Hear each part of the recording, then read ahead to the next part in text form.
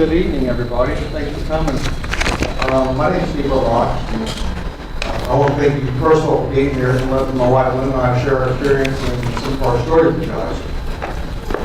Like many of you, getting ready to graduate, I was in this same situation 15 years ago, graduating from the same school.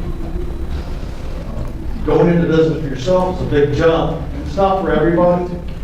I owned businesses before I went to school. I was married to a bookkeeper, so it was a much easier transition for me to do it than for probably most of you.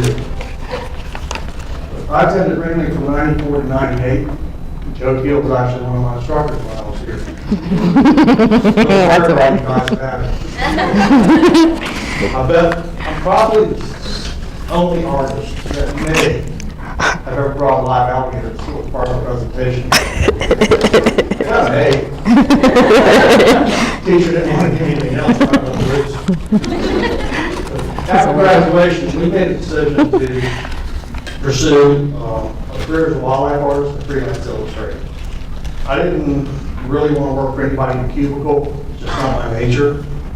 We had no written business plan, but a series of short-term goals, one of which really included building inventory on the chart line of artwork that I do. We went to a lot of fine art shows on the street, asked a lot of questions of artists, noticed how they did their displays, how they ran their businesses, and decided we like that same model, so to speak, of direct marketing. We do probably some 30 to 35 art shows in Texas, throughout Florida, log some 30 to 35,000, probably 30 to 35,000 miles a year on a truck. But we get to do it together, we have a lot of fun. We travel all over the country, and we make a really good living at it. Most of the artists that do these fine art shows on the street, a lot of people kind of think of it as you're like a gypsy. But I can guarantee you this, most of the artists that are doing these shows are making six-figure income or better. I mean, it's a really great way to make a living and be, your own boss, what you want to do. The most important thing, or many of the important things about doing this is first of all, having a theme, sticking to it, developing the style, and sticking to it. Trying to market yourself in an environment you're happy with. I'm an angler, I've been a charter boat captain, and so pursuing game fish art for me was a natural transition. I just do what I like, and I sell to people that are like-minded, and it really, really works well. We do reproductions. That's how we make our livings. Trying to make a living on doing original artwork is really, really difficult in this market. You have to admit reproductions. My mentor once told me, you do a painting, you sell it one time. He said, you do the print, you sell the print 500 times. Do the math of that. One of these prints, for instance here, we have a wholesale framer. That's a really important part of running this business as well. Our wholesale framer may only charge me $80 to $100 to do that piece. I sell for $375 all day long. I mean, it's great money. On the commercial side of doing this, doing illustration work with clients, consult the graphic artist deal, that's what we use. The clients also use that as a price. It's not the price guide. Recently, we did a book illustration, negotiated a deal with a book illustrator, or a book publisher, and I looked it up with the guideline. Price is $100 to $350 to do a spot illustration, a pencil illustration. So I quoted them behind the bar, and they did. They bought all 8 at $350 a piece, and they didn't want the original artwork. And I retained credit rights to everything I do like that. So not only am I selling it as an illustration, I'm also selling the same art as a print to companies like Bass Pro and the other retailers we deal with. Some of our corporate clients include Bass Pro Shops, Bertram Yachts, Hell's Bay Boat Works, Century Boats, Real Legends Apparel Design for Bell's Department Stores, Denali Performance Sportswear, Paramount International Apparel, Microfin, and Coastal Conservation Association. We do banquet art, tournament art, and art shows. That's how we make our living. Another point, I know this is kind of a touchy point with a lot of people, is dealing with art galleries. Personally, I don't really like to deal with art galleries. Number one, they want you to consign your artwork. You pay for the painting, you pay the time, you put the materials into it, and you're basically going to wholesale to a gallery. They're going to take half the money. For us, it's much better to pay a $200 fee or a $400 weekend show fee to go to an art show where 20,000 to 200,000 people have the opportunity to look at our artwork. The exposure is fantastic, and you get to keep all the money. Well, I want to introduce my wife, Lynn, now. She's the nuts and bolts of this thing. She knows the business inside out. She's been in business her entire life. So I want to introduce her, let her go ahead and take over here. Thanks.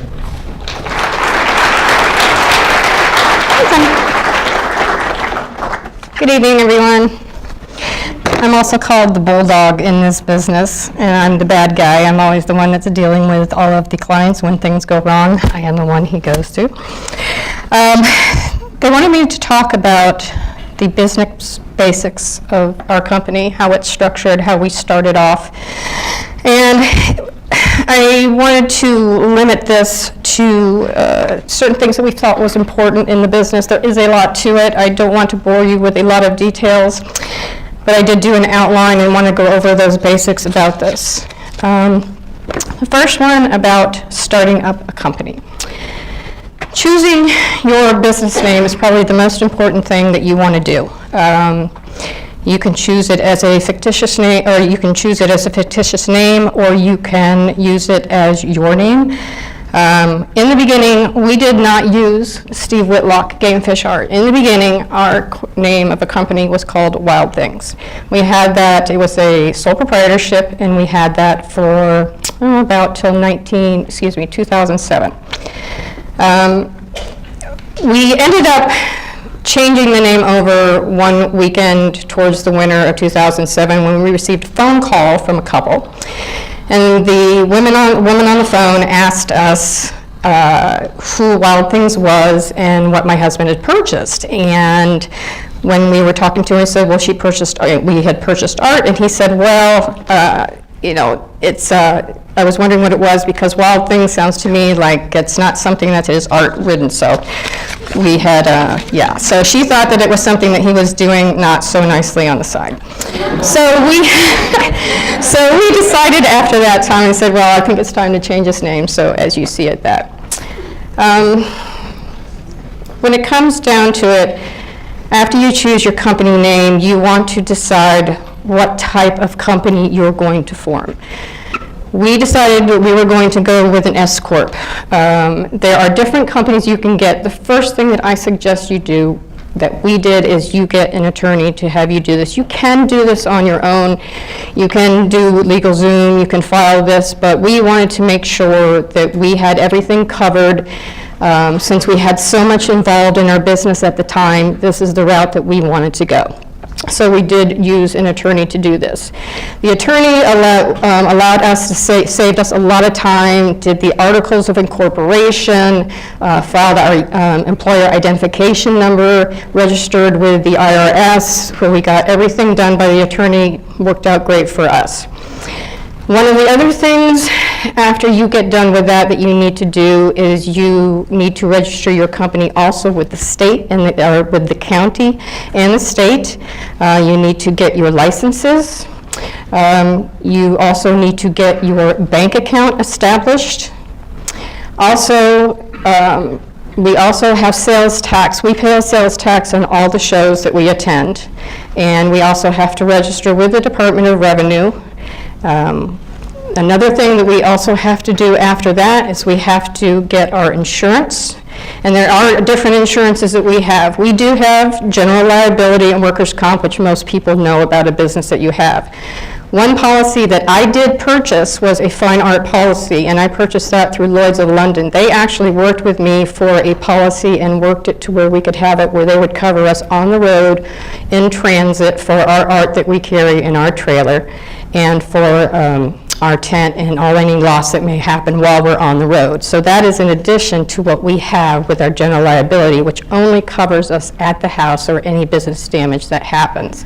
Another thing that we had to do also is when we changed over, we also have to get all of our auto policies in order and change any personal trucks that we had over to the business. We do not want to carry, we don't have the liability if we have the S Corp, so that's what all that covers that for starting up basically your company. These are really important things. It sounds like a lot of things that you have to do, but if you have somebody helping you do this, it saves you a lot of time to concentrate on other things that you can do on your own as going to get your insurances and such, which you do obviously on your own.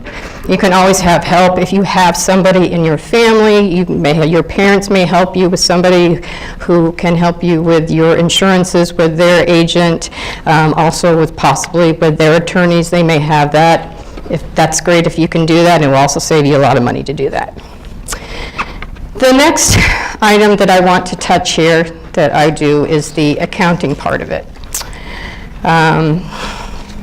A lot of people don't have knowledge of bookkeeping. I'm not an accountant, I am a bookkeeper. I do have my own accountant that handles things, although I do a lot of things that the accountants do because I have purchased a program called QuickBooks. Maybe some of you know this. QuickBooks is a really easy program to use. You can learn it very simply. If you know your basic math, if you basically know how things are done, added up, and worked in a business, it's very easy to use. Has very easy instructions to you to teach you to go through it. I learned it probably in about 3 weeks. It was very great to use. It's great if you have somebody. Steve always says it was great that he married a bookkeeper. But if you don't, again, you can if you decide to go this route, you can ask your parents to help you. They probably, if they have their own business, they can help you with a bookkeeper. Somebody who has retail experience is extremely important here. You can also they may also know you could hire your own bookkeeper to help you out in this instance. You want to thoroughly check them. Trust is the most important thing in this business, and not only with your money, but with your art, everything, and we'll speak about that more when we go down the line here. And the next item that I want to get to is the taxes. As a business, the art business is no different. There are taxes that are involved in this business. We have monthly taxes. We have state sales and use tax, again, that we pay on every show. We have our quarterly 941 taxes, which are payroll taxes because we draw payroll checks from the company. We do not take draws. There are also quarterly taxes that are involved in this. There are federal and state tax returns. There are unemployment tax returns. And of course, your yearly tax returns that you normally have. Again, I handle sales and use tax. It is not hard to do. I also handle the 941 payroll taxes. It's very simple. When I'm in QuickBooks, it already adds up everything that I do that's ready to pay. It allows me to automatically create and send these forms directly to the taxing agencies, the state and the federal.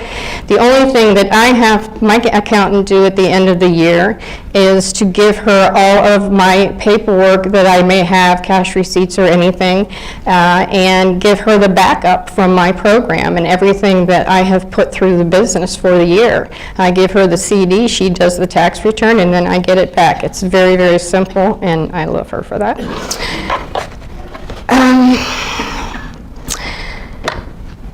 For taxes and for paying them, we do business in different states. We do business in Texas. We do business in Louisiana. We do business, or in Alabama, and we do business in Florida right now. And we're going to be reaching out to other states. I do have to pay the taxes in Texas. I have sales tax I pay there. I also have to pull a license for each state. They call in Alabama, I have to pull a transit license, which is very inexpensive. It's about $35 a year. That's just to do shows. City and sales tax are paid at the time before we leave the show. In Texas, they allow me to pay it afterwards. I also pull a license there. I purchase a license there each year to do shows there also. And this is usually given to you as we do shows with promoters. They usually provide us with all this information. Most of the promoters are usually very good to give us all the information we need to make sure that we do things according to how they need to have done. As far as, I want to touch base on the art sales that we do. And there are different laws in different states. There's so many students here that are from different states and different places. And each state is different on how they treat you, on how you do your online sales with your artwork. Florida is different. Some states say you do not have to charge sales tax on online sales. Some states say that you do. It is best advice to check with your Department of Revenue to find out how the law is and to make sure that you follow the guidelines for the sales of online. And again, the art shows, they're already given to you with information, and they will tell you how to handle that as far as that goes. Let's see here.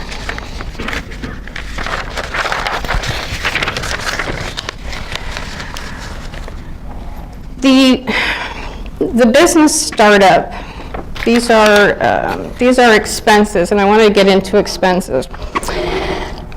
We have been audited by the IRS before. We were audited, and it was on Wild Things, by the way. It was a year after we closed Wild Things.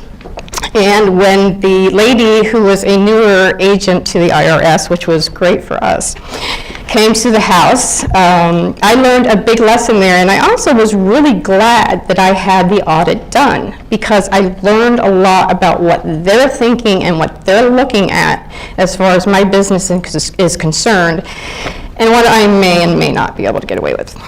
So, keeping your receipts on everything you do is important, whether it be cash, whether it be paid by check, credit card. It is very important. I keep most of my receipts by paper because we are on the road all the time, and a lot of our work, a lot of our payments and everything, and even at the house, are done by check or they're done by credit card. I do save some electronically. A lot of people nowadays will scan them. They'll take the receipts, they'll scan them. There's lots of programs out there and scanners to allow you to do it. It doesn't matter which way you do it, as long as that you keep them. It's very important.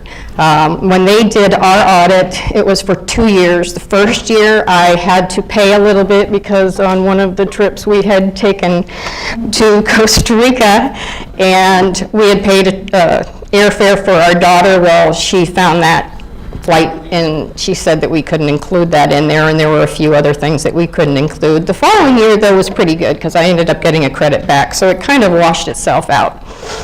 But some of the biggest, I want to talk about some of your bigger expenses that you have when you start up your business are your legal and accounting costs. We talked about those. I talked about those, about setting them up in the beginning. Your bank account, of course, your capital, your insurance on that. These are your biggest costs in setting this up. Your next biggest cost, of course, if you're not carrying them with you from school on things you may have purchased, are going to be your furniture, your fixtures, easels, drafting tables, chairs, storage shelves, drawers, art equipment, your computer, your cameras, your scanners, projectors, whatever that you're going to use to work with. We also include in that our vehicles and our trailer. We have a truck and a trailer. We have 2 trucks and a trailer. We have one backup truck in case one breaks down. So those are very important. And we also have our show tent and our display panels also. So those were our biggest cost up front. Our costs at also starting up the business are getting our inventory together. This includes our photography, our framing, our reproductions.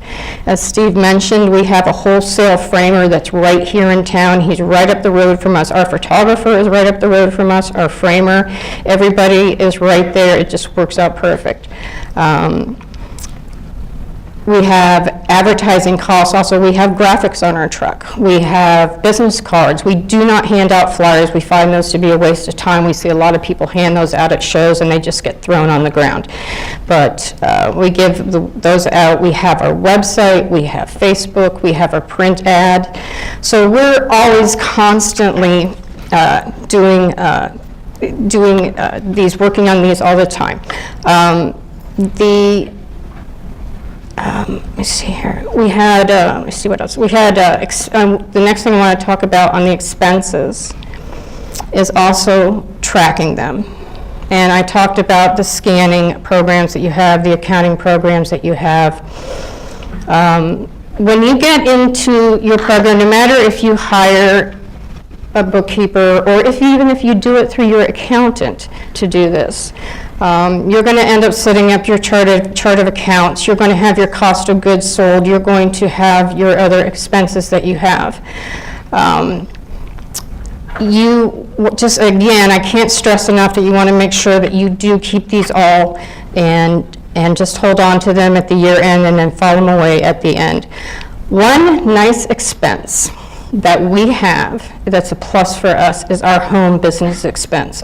We had purchased a home down the road here when Steve came to school. It had a mother-in-law's apartment on it that we turned into his studio. The square footage that took up for our storage and for his studio was the basis for this write-off.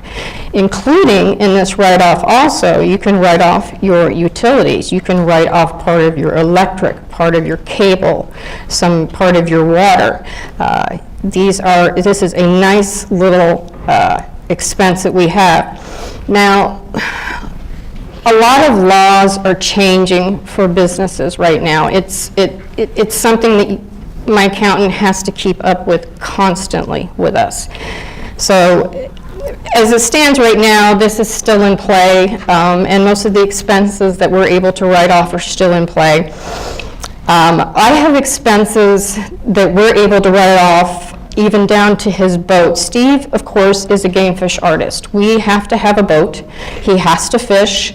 He has to go out. He has to take pictures of these fish. He has to, I'm serious. He has to do this in order to, he cannot open a magazine and he can't copyright somebody else's work, all right? He has to create his own reference in order to do this. So we're able to write off the boat, the gas, the photography, the film, everything, the trip, some of his rods, his lures, all things like this. When we had the audit with the IRS agent, and of course being a game fisher at this time, she asked us specifically about this information. And since we had explained to her exactly what he did and why we needed these things, everything was allowed to write off. So we never had a problem with this again. Also, trips he takes. If he has to go out of town, if he goes across the coast and he goes fishing on a charter, if he goes out down to Costa Rica, if he's invited to go fishing, he's been invited to go fishing in Cuba. These things that he can write off and he can use them towards expenses to write off in the business. We try to write off as much expense as we can to offset the revenue that comes in. This is a very important thing. I want to talk also, and Steve's probably going to chime in on this also, is about licensing and royalties. The first thing that you want to do, if you decide that you see a product, you really like a product, for instance, we really like Tervis tumblers. And we decided that we wanted to put our artwork inside the Tervis tumbler. The first thing that you do is if you want to do this, any licensing at all, is to copyright your artwork. I cannot stress this enough. We are in our 5th infringement of copyright infringement. Mostly it's come down to cease and desist letters, one arbitration, our last one right now, we don't know where it's going yet. There are thieves out there who want to steal your artwork. They thrive to steal your artwork. Some of them do this for a living. I have seen their sites. They think that artists are very easy targets. And some of the artists out there are, because they do not protect their work. Copywriting is so simple to do. It costs $35 and 2 images at the Library of to register it at the Library of Congress. I have approximately, probably 85 maybe, of Steve's images that I've copyrighted at the Library of Congress. And it's the cheapest insurance policy that you can ever have. Can I chime in here a second? Sure. One thing I want to mention, we've been infringed on a number of times, from boat wraps to apparel companies using my artwork, unauthorized use of my artwork. Without getting into too many specifics, the current client, the ex-client, I gave samples to develop a line of apparel for Bass Pro Shops, took some liberties with it. And unbeknownst to us, well, we wrote a contract in good faith, supplied him with the 7 images in good faith, and the images are not only copyrighted, but my signature is a registered trademark as well. And this is really important too. If you're going to name your business, you might want to use your own name and trademark that. It's $275. Anybody infringes on your trademark, they copy your name, it's a $150,000 fine. Copyright infringement, 7 counts currently, $35,000 to $150,000 each. We're suing 3 corporations, 2 in St. Pete that took the artwork, they sent it to a company in Ohio that made 5,700 iron-on transfers of my images for apparel without my permission. Told me in an email, well, we only did 60, because I busted them, selling 60 in a tackle store. Oh, well, we only did 60, we would never do that. 2 months later, I get a phone call from the guy in Ohio saying, hey, I love your artwork. We'd like to use your art. Well, how'd you find out about us? He said, we've been friends for 20 years clients. Really? Who's that? And he told me. I said, how many did you bring? He said, well, 3,500 the first order and 2,200 the second order. I said, you didn't happen to sign a release from me, did you? Or see a release from me?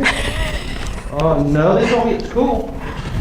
Well, it's not good you want me on, buddy. Because it's not looking too good.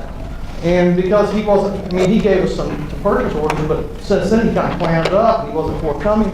So now he is on the wrong side of the fence and he's looking at some severe fines. It could break his company.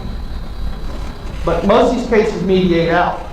But they've done it to us over and over and over. And the reason being is if someone wants to steal your artwork, it's as simple as going to the Library of Congress, looking up your name, does Joe Blow have any copyrights?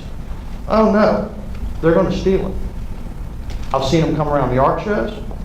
They'll photograph it, they'll buy it, they'll scan it, they'll send it to China or somewhere else and they'll have it knocked off. Next thing you know, it's in a catalog or it's in a furniture store someplace, and you got scrogged. They're stealing. There's nothing short of theft. That's all I want to say about copyright. Protect yourself. If you have marketable artwork, you're going to commercially market it, or you're going to do a commercial product with it. File copyright and protect yourself. For 75 years, even after you've proved, you're still covered. So, it's good information, I really do. You know, you don't have to copyright every piece you do. But if you have some popular pieces, like for us, if we have some very popular pieces that we show out on the streets, and we're also having it licensed and we're also selling at Bass Pro, we definitely want to. And here's another thing too, in some of the contracts that we're involved in with our corporate clients, there are clauses in there for copyright. And it's important, and it is important for either party to have that in there. But what happens is that they ask for this clause to be in there. In one contract that we had with one of the companies that we're not with now, the clause is that if we if they found an infringement, and if that we did not follow up on the infringement, that they would take it over, that they would collect all of the damages from it, and we would not see a dime of it. It's very important, again, everybody's protecting their interests about this. But specifically, it's protecting your interests and it's protecting you. Don't let your guard down. Don't let somebody grab your art. I'm constantly patrolling the web all the time. I go on every week. I have a little red file that of past people that I've dealt with, or people that have been interested in my art, or maybe somebody we've given samples to. And I'm a little red folder, and I pull that out once a week, and I just start going through the web. I start going through their sites, and I start searching all of these places to see if there's been any infringement at all. So far, I haven't found anything, but we did have somebody find one once for us, which was very nice, and they informed us of that, and that ended up in a cease and desist. So please familiarize yourself with it. You can go right to their site, www.copyright.gov. It's so simple to read. They have very easy instructions. They have details about it and tell you a lot about it. Very easy reading and very understandable. At that point, when we started getting into this licensing, we hired a copyright attorney. There is one. We have one here locally that we use. He's been very good. I would not go in any direction anymore with any kind of agreement unless I had a copyright attorney. He's a bulldog. I love him. He knows what he's doing. He's young, he's aggressive, and he's very thorough. And our clients also like him too. Some of our contracts that we have gone into almost 7-8 months going back and forth of getting the agreements together, but at least I have this attorney to watch out for my best interests.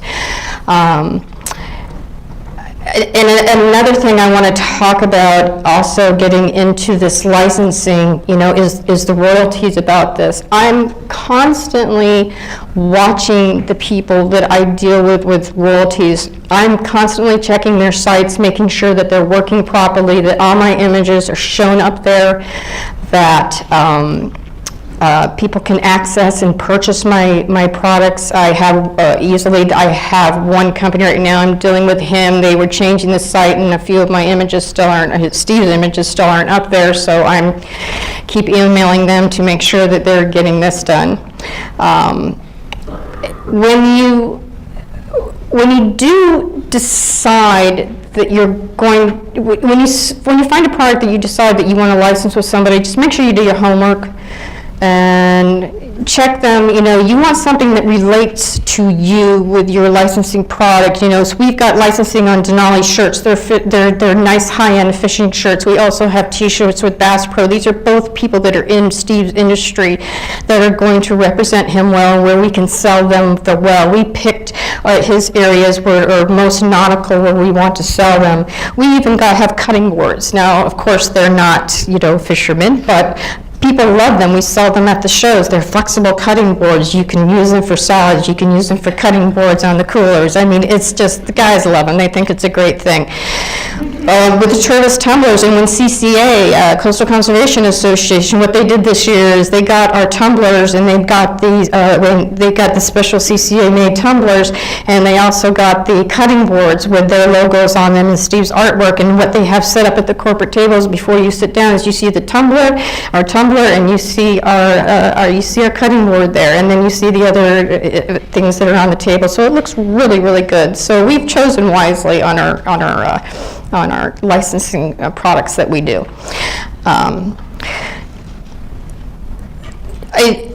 A lot of this I know has been quick. I'm trying to save time here about this, and it's really hard to talk about the business and all the startups and everything like that about it. But there's one thing I want to mention about, and that makes it a little easier when you're starting up your company. We love to barter. I don't know if anybody's done any bartering in the past, or you know somebody that does. Our attorney that we have, our copyright attorney, has bartered 2 original chart paintings with Steve, which has covered a lot of our costs. At one point, one of our clients was a dentist that we had. My daughter needed her 4 wisdom teeth pulled. Steve did an original painting for him, and that paid for that. It's honest, we have paid for, we have the boat that we have, that was a partial down payment for a barter on that. We did a barter trip to the Abacos. One of the promoters that we use, who we do shows with, is also an artist. One of her signs in her booth that she had one time was that we'll barter for vacations. So she has been all over the islands because of this fact. I mean, people love to barter with you. Don't be afraid to barter. The worst they can say is no to you. But don't be afraid to barter for any of the things that you have for startups, or anything really that you want to do, or anything really in your business that you want to get, or even personal-wise. Excuse me a second. If you barter, you pretty much get things for $quarter on the dollar. Yeah. If I barter that piece of framed artwork, which to me is worth $375, to another artist or a trade for something else, it's only costing me $75 to have it built. I'm way ahead of the game. You know? Contract work with my attorney. One contract alone was $6,000 to write. I traded him an original painting. Last lawsuit. Don't know yet. City's like, when I need attorney fees. He says, hey, go painting in Alaska, we'll call it a day. Now I turn around and print that piece of artwork I'm painting for him. Lo and behold, Doris Tumber gets a hold of me yesterday. We love your Alaska piece. We want to use it for Kenworth of Alaska for a 24-ounce turbis Monday. So I'm making money off the piece of art that I bartered from him for. So you want to look at multitasking your artwork. Look at different ways you can use that same piece of art. I use it as wall art. I use it for commercial art. I use it for bartering this stuff. I mean, whatever you want to do with it. Go ahead. Do you pay taxes on barters? When we, Turn off the recorder. can I turn this off the line? There are a couple that I've had where I have bartered, I have put it on paper, like say with my personal dentist, I didn't on that, but yes, you do have, and set up in QuickBooks, I have a barter account on the chart of accounts. And what I do is I put that in as a barter, and then it goes the expense, and then I have the expenses against it. So yes, it does go in there as that. You can write off anything you want to get off. See, that's the thing, and I hate saying that out loud here and stuff, but I mean, you kind of, honestly, you learn what you can and cannot do, and what you can get away with and what you can't get away with. I mean, we're all human, come on, I mean, it's yeah, The most of you Yeah. probably get a corporate job or do something else. And don't be afraid to work a second job. I was a plasterer by trade when I came to school here. I came to school here because of a job interview. I felt some stories. I had to find another career.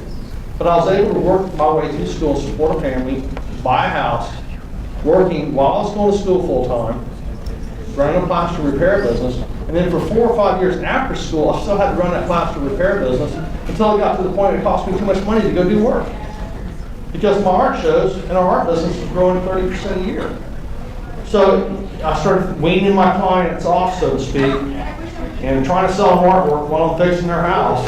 And I did a number of jobs for the back of the year, as a matter of fact. But don't be afraid to work. Don't be surprised if you have to work a second job if you're going to go the direction we went. It's not easy. It's not for everybody. It's a lot of damn work. It's 12, 14-hour days, 7 days a week. Like I said, we work 6, 7 months out of the year, and in the summertime I'll paint, reproduce work. And the rest of the year we do art shows almost every weekend from now to May. We'll be working. It's, it's a great business. We love our business. We spend a lot of time together. We get to do a lot of things together. We travel together. I mean, I really couldn't pick a better. I've been in construction all my life. I had been a bookkeeper and a secretary and job sites and such. I love my job now.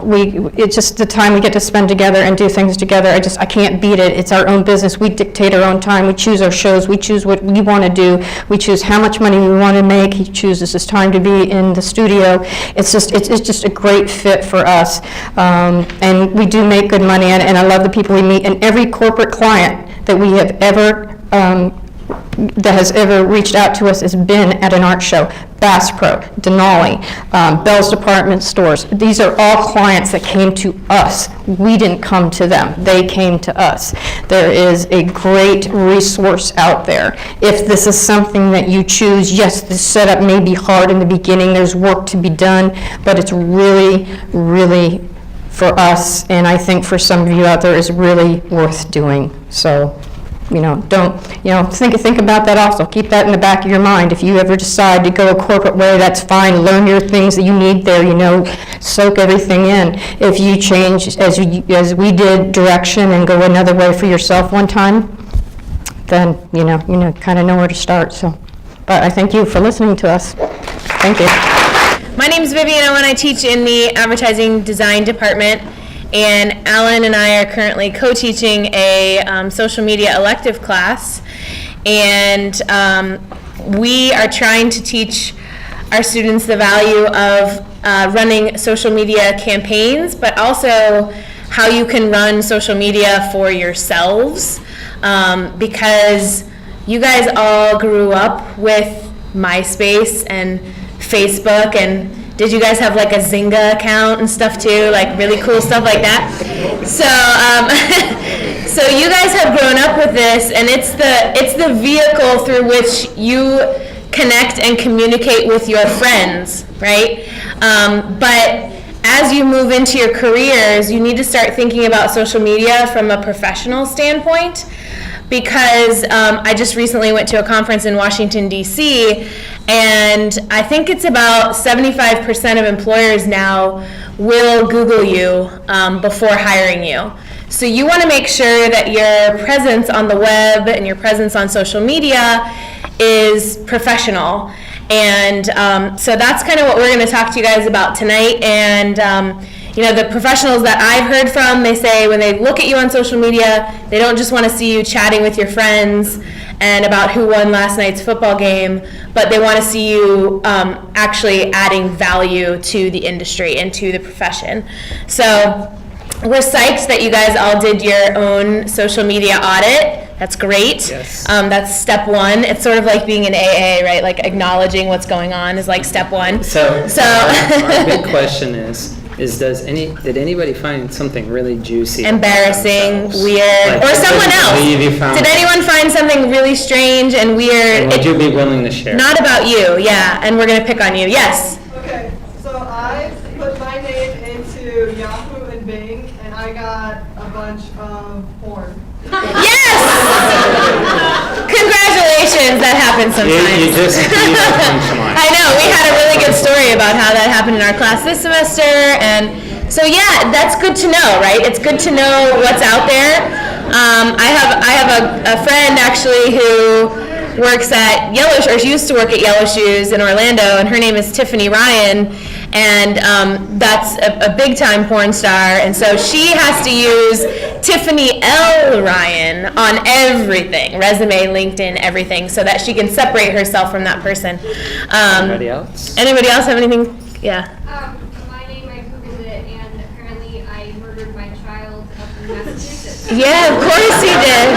That's awesome. That's a good one. That's even better than the Helping us porn. with our stories. I in the know, future. I know. Like, that's really great. Anybody top that? Yeah. When I typed in my name, a few obituaries came up. Okay, so you're already dead. Okay, all right. Okay. When I typed in my name, my grandpa's obituary showed up. Oh, okay. It was like a picture. I googled it. It was a picture of my grandpa. I was like, what the? I was like, oh no, it's please grandpa. That's pretty good. Anybody else? Anybody? Did you guys go to Did you go to the images sections too after you Googled? Did we see any embarrassing photos? Some people. Oh, I got a hand over here. Yes. I'm a porn star too, apparently. Oh, you're also a porn star. Okay. Anybody? Yes. All of mine are like women in bikinis. Uh-huh. Like not even bikinis, like very explosive. And Okay. they're, like posing in front of the shore and stuff like that. Okay. So you've got beachwear models. Okay. Yeah. I'm a football player. You're a football player. Oh wow. Okay. Well, that's pretty good. You'll see who Alan and I are in a minute, which will be kind of funny. But it's good to take stock of this, right? Because this is what's going to happen. You're going to apply for a job or a position, and your employer is going to Google you. And so they're going to see porn, they're going to see obituaries, they're going to see football players, they're going to see all of these weird things. So what do you do about it? So that's what we're here today to kind of walk you through and help you figure out. Because I'm assuming you don't want to be a porn star and you don't want to be dead, and so we need to make sure that you guys clean up your act. So that's what we're here to help you with. And so we have these statistics that we found. This is from a recent Career Builder survey, and they talk about, is social media helping or hurting job candidates? And so you can see here, in this really bright light now, maybe down a little. If you couldn't see before, now you can really see. Okay, we're gonna work through it. So you can see I can't see, but hopefully you can see the top statistics here. The way that social media is hurting you is that you're posting provocative, inappropriate photos. You're talking a lot about drinking or drug usage. You've badmouthed a previous employer. So maybe you had a job or an internship that you didn't particularly like, and you spouted off on social media about it. You had poor communication skills, which includes both bad spelling and grammar, but also the use of foul language. And then maybe you lied about your qualifications. So when employers get your resume, they're going to go to your LinkedIn profile, and they want to make sure that those two things match up. If they don't, there's something wrong, right? So that's kind of the way that social media is hurting job candidates. On a positive end, you'll use 57% are looking at candidates conveyed in a professional image. And what that means is they're using social media to push content related to the job field or what they're interested in. 50% get a good feel for the candidate's personality. And what that means is, will that candidate be able to hire into the current culture of the future employer? Another example is they have background information supporting their professional qualifications. So if you're looking at your LinkedIn profile, that should match your resume. And if there's any type of discrepancies over your different types of social media that talk about your professional skills, that's when it starts to look like you're lying or you're not keeping things up to date correctly.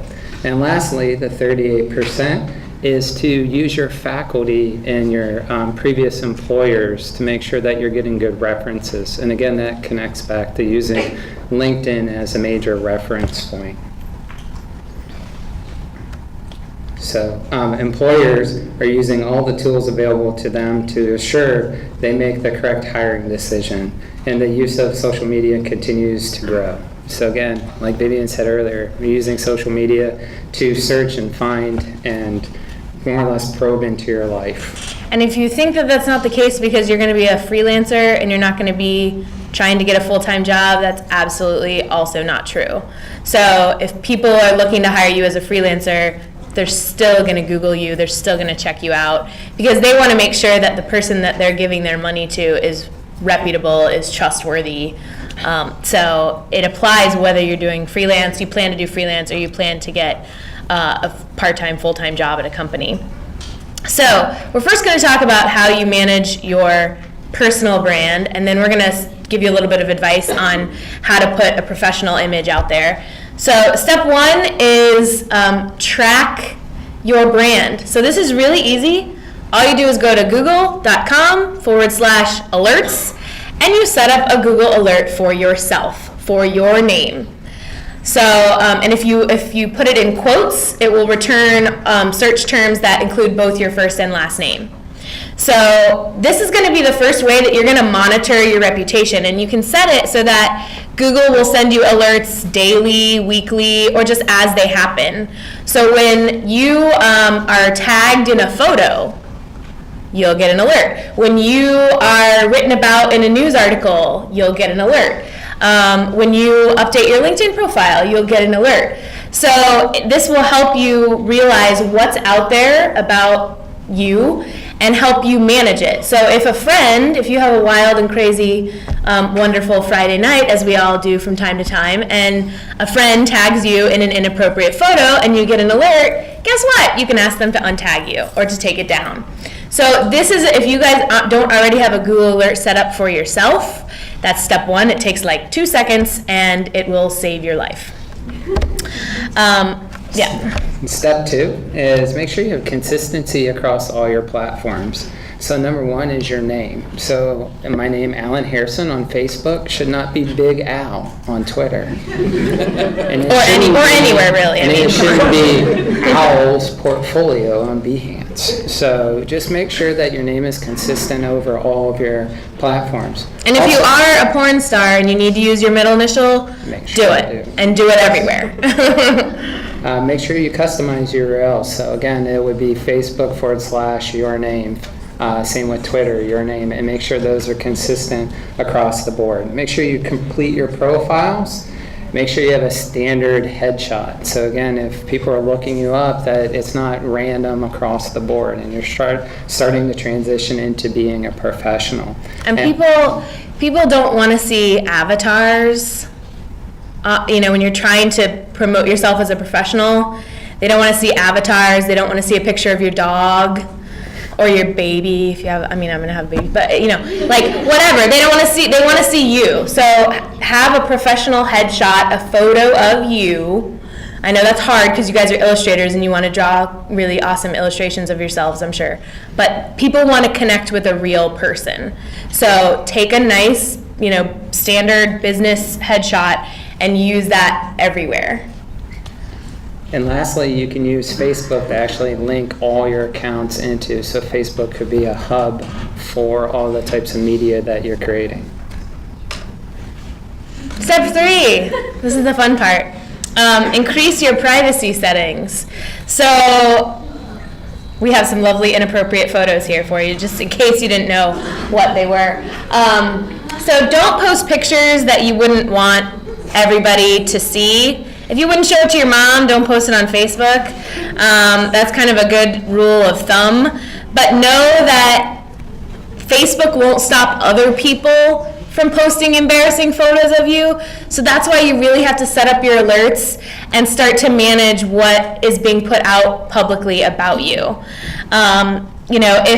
If you do have a friend that posts something embarrassing or compromising, ask them to at least untag you, or if it's really bad, like you're, shotgunning a beer or something, ask them to take it down. I have a feeling that most of your friends, if you tell them you're just trying to be more professional on social media, they will cut you some slack and they'll do that for you. But know also that Google is like an elephant. Google never forgets anything. So once that picture has gone up on Facebook, it will still show up in a Google search. But when someone clicks on it, they'll get an error message. So it's better to just not post those wild Friday, Saturday night photos at all. All right? And then delete any digital profiles that you may have that are inactive. So if you do have a MySpace account, and you haven't updated it since you were 13, just go in and delete it. If you have a Zynga account, if you have anything, a Farmville account, whatever you have out there that you haven't touched in years, just go in, delete it, get rid of it. Start to clean these things up so that when people search for you, only the stuff that you want them to see is gonna pop up. Oh, we have a question, yes. What if you have, I've lost passwords to things that I have no idea how to get back, but when I Google search, that stuff comes up. How do I get rid of that? Yeah, sorry, you're out of luck. No, most of the time what you can do is if you go to that website and go into their customer service or help area, they will have an area that will tell you what to do if you've forgotten your password. Most of the time you fill out a form that gives them your email address and a little bit of contact information, and then they'll email you with a way to reset it. I have something so old that the email I use is a Hotmail. That doesn't exist anymore. I don't know what. Was that MySpace?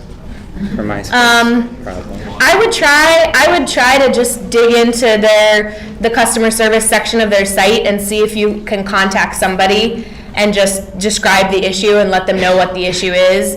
It may take a couple of emails or phone calls back and forth, but if it's really something you don't want out there, I would take the time to try to contact somebody on their end to get rid of it. And yeah, as we're going along, if you have questions, please feel free to ask. Feel free. So the big question next is, how do you create a professional network as a creative? And first and foremost, how many of you own yourname.com or your own domain? All right, now you're going to get really, really scared. We're going to share our own personal stories with why everybody should go and buy theirname.com today. Vivian will start. Okay, I'm an astrologer, apparently. So this is what happens when you don't buy your domain name is someone else takes it and then you're screwed.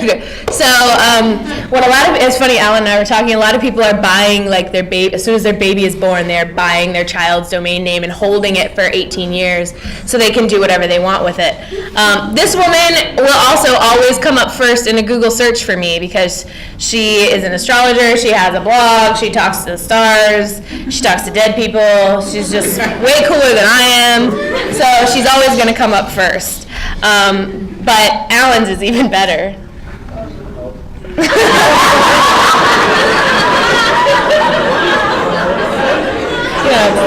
I've used this for 10 years. This is Big Al right here. This is Big Al. This is my Twitter picture. This is your alter ego. So I discovered this in 2002, and I've used this in probably 30 presentations when we talk about owning your own domain, and it just keeps getting funnier.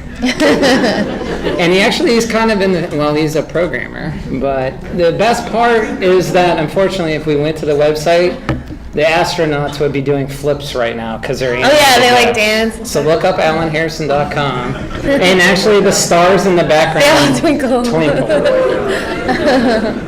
Try to beat that. You can't. Yeah. Oh wait, we have a question. Yes. I have researched if there was a name, and my name is Emma O'Brien, so EmmaO'Brien.com is gone, so I usually go by Emma A. O'Brien. But I also have an online name that I use consistently through all my accounts. What do you recommend for that? Do you think I should go with an actual name or just like, not like an online persona per se, but like all my accounts have this username? If you've set up all the rest of your accounts with a certain name, then I would be consistent and try to buy that name. Should I buy both of them?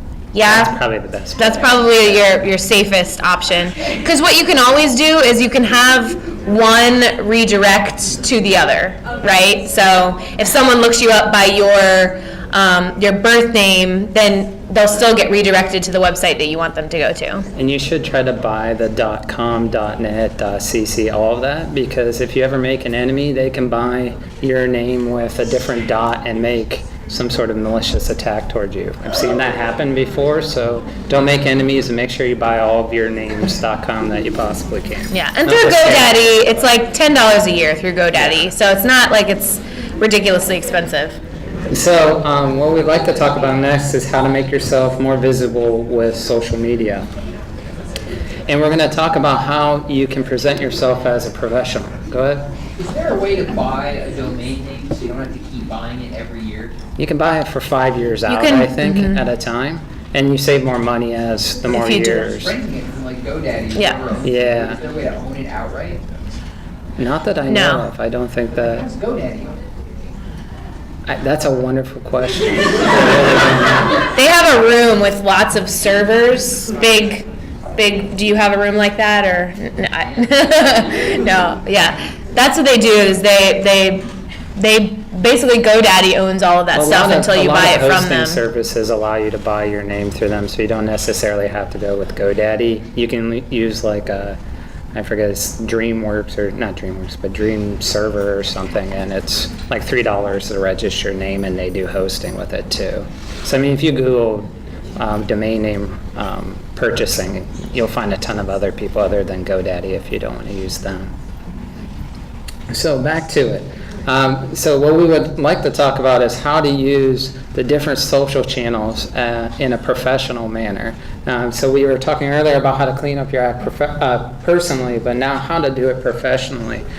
And Facebook is pretty much the hub of how you can do that. And what we would suggest everybody in the school is to set up their own fan page. So back to that, you had an alias, you may use that alias as your fan page name. And because you're all artists, you should be using a fan page to generate traction about your work. So that's really talking about who you are and what you do. So you can use Facebook in a very professional way to try to reach more people. Secondly, to think about Twitter in a different way. Twitter, everybody's just posting random things they like, but you can also use Twitter in a professional way and connect it back to Facebook. Twitter should be a what I'm looking at, and that can be you're following certain types of artists, or you're following certain types of illustrators, or you're looking at different design studios. And if you follow all of them, a lot of the times through Twitter you can find out about current jobs that are opening or potential for freelancing as well. So using Twitter in a professional way, not just to kind of have fun with. And then with Behance, Tumblr, and Pinterest, and even Instagram, you're really looking at trying to create a professional portfolio presentation, which some of you probably have Tumblr, some people have Behance. I would suggest to just use them all and try to post your work on everything. And when you finish a project, try to use all the media all at once to push your work out so that most people can see it when you're most excited about it. So really, those are about what you're creating currently. And lastly, and what we're going to talk about a little more in depth today, is using LinkedIn as a major resource in a lot of different ways. You want to use your profile as essentially an online resume. How many people are using LinkedIn in the class? Okay, that's not too bad. And hopefully by the end of class, everybody signs up for it, because it's, I think, a crucial part of your networking system. What LinkedIn does is allows you to look at where you want to work. Again, very similar to Twitter, it will connect you to what your skill sets are. So for me personally, I worked in the field for about 15 years, and I'll go on LinkedIn, and I think LinkedIn is trying to persuade me to leave Ringling, because it keeps saying like, oh look, there's a job at Apple, and look, there's a job at Google, and maybe you should reconsider. And I say, LinkedIn, I'm happy, leave me alone. But anyway, what you can get is you can get a feed of potential employers or potential projects through LinkedIn, very similar to Twitter. So again, going in and filling out the profile with all your skill sets and tagging everything you know what you have to do is really crucial, because by doing that, it will give you a feed of what you can and where you can work. And the more of these positive assets you develop, the more that it will push the porn stars and the dead people and the football players down in the Google search rankings for you.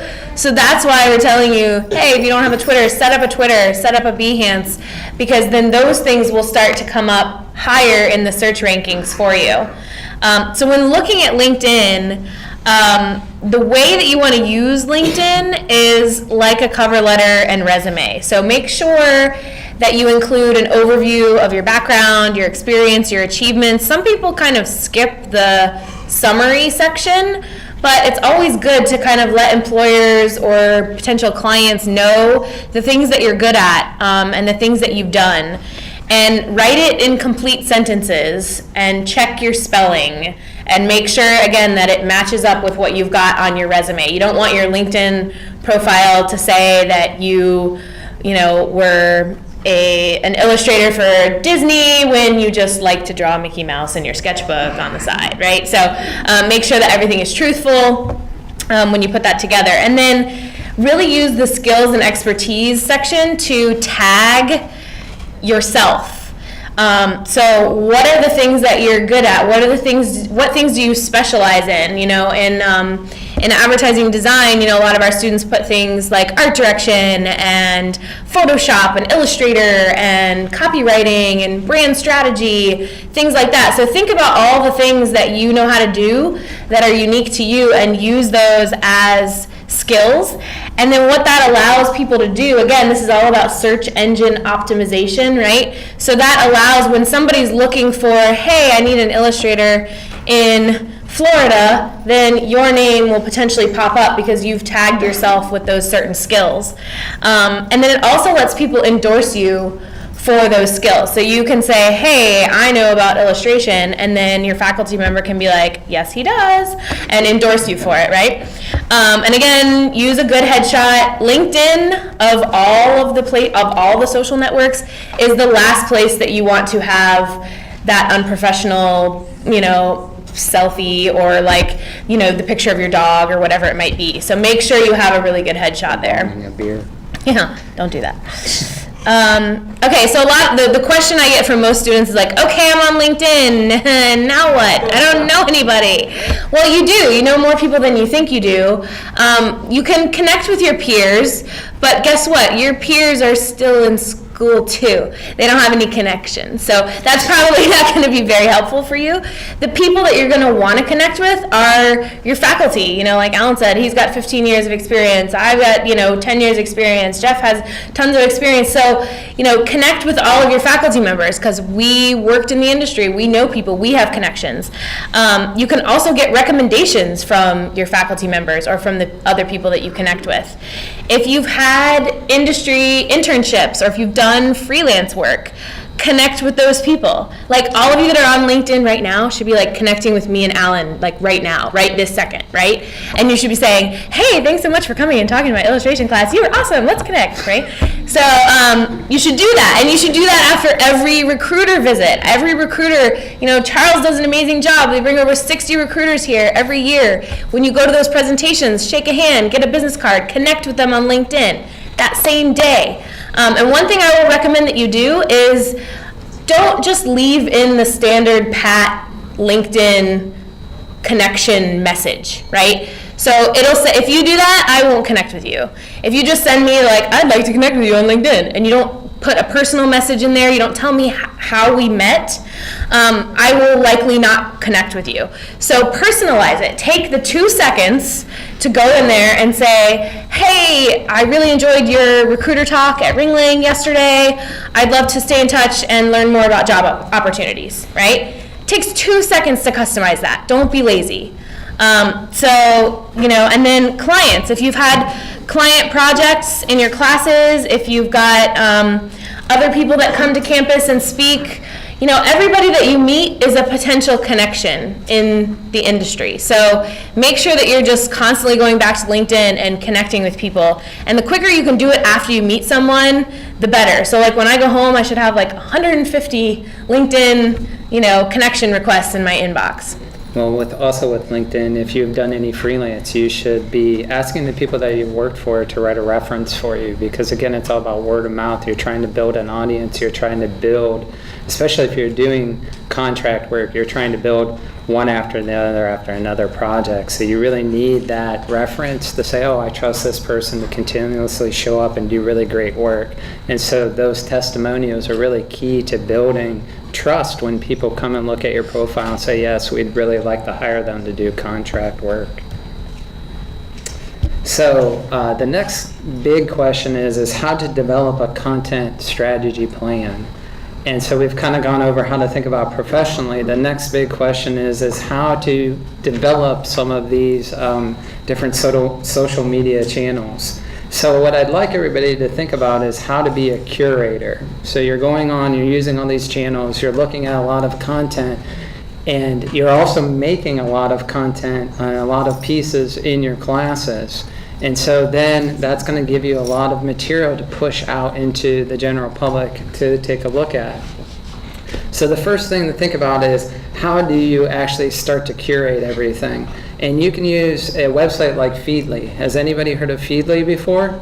A few of you have. What this allows you to do is tag all your favorite websites, and when they post new articles or new pieces of artwork, it lets you know in one hub. So more or less it's an RSS feed that allows you to see 30 or 40 websites into one place. You'll want to use this to actually aggregate content. So there may be artists, there might be articles that you really like, and you want to save all of this so that you can actually start to develop content, not just the art that you're creating, but external content that you can also pull into your whole social network. And the great thing about Feedly is you can push those articles to your social networks directly from Feedly. So you can open and read the article in Feedly, and then you can decide whether you want to post it to Facebook or to Twitter or to any of a number of social media sites, all within that one website. You don't even have to leave that page, which is great. So the next thing you want to do is, after you're collecting all these articles and artists and bookmarks of pages that you like, you want to actually create a calendar. So think about this. You maybe have 7 to 8 projects that are due each month. Maybe it's less, I'm not quite sure. Maybe 7's too much. But you have 7 a month that you're working on. In your calendar, you can post when those projects are due, and then you can actually look at your Feedly and try to pull links about other articles and about other artwork that you're looking at, and try to post those within the calendar as well. So maybe on Monday and Thursday, you're posting about a specific artist that you really like, or about a group of artists that you really like. So again, you're a curator. You're not just making content, you're producing content. So a future employer will say, wow, they don't like to just make it, they actually like to look at it as well. What are they consuming? What do they really like, and what do they really enjoy about the field that they're going to be working in? And then what you want to do is, instead of just taking these articles and then pushing them out to your network, is add your point of view. So what did you think about that article? Do you agree? Do you disagree? Maybe you find a really good website that has resources for you. Maybe you're finding a lot of the things that I follow on Twitter, give me free fonts or free vector art or things like that I can then use on another project. And you can kind of give those people props in return by saying, like, yeah, just use this free font on my latest project, check it out, and then post your piece of art, and then post a link back to that person's site where you got the free font. So again, it's all about adding value and letting people know that you are engaged and involved in the industry. And it's really easy to just hit retweet, but you're not adding any value doing that. So, you should have your own point of view about the things that are going on in the industry, what's good, what you like, what you don't like, and when you're pushing that out to your audience. And lastly is to build your community. And this is probably the hardest part of being an artist, designer, or even in our social media class, is what you're going to have is this real spike at the beginning where you feel real great. You start your fan page, you start Twitter, you have your circle of friends, and you maybe get 150 followers, and you're feeling really great about life. You're posting work, you're posting articles, you're posting about other artists that you really love, and then you flatline. And you flatline for like a month and you don't get any more likes, so you're just really struggling to get more likes. If you consistently just keep posting work, keep facilitating it, you're going to eventually make a breakthrough where you're going to keep getting more followers. It's a very grassroots kind of approach to putting work out there. So the bigger circle you have, the better start that you have. But even in our social media class, they've hit their circle and only one group is really broken out of their circle after about 6 weeks. That's only 6 weeks. You might have to do posting and really aggregating content and showing your work for about 6 months before maybe you get 500 likes. If you could get 500 likes on your Facebook page, you should be thrilled. Congratulations. Yes. So again, it's about building a community. You're not just posting your own work, but you're following others. And by following others, you're going to make more connections and have more possibilities of getting more work. So the key takeaway. So clean up your act. Yeah, we talked a lot about that. No more porn, no more dead people. Start managing your content, knowing what's being put out there about yourself, and starting to kind of put good, positive assets out there on your own.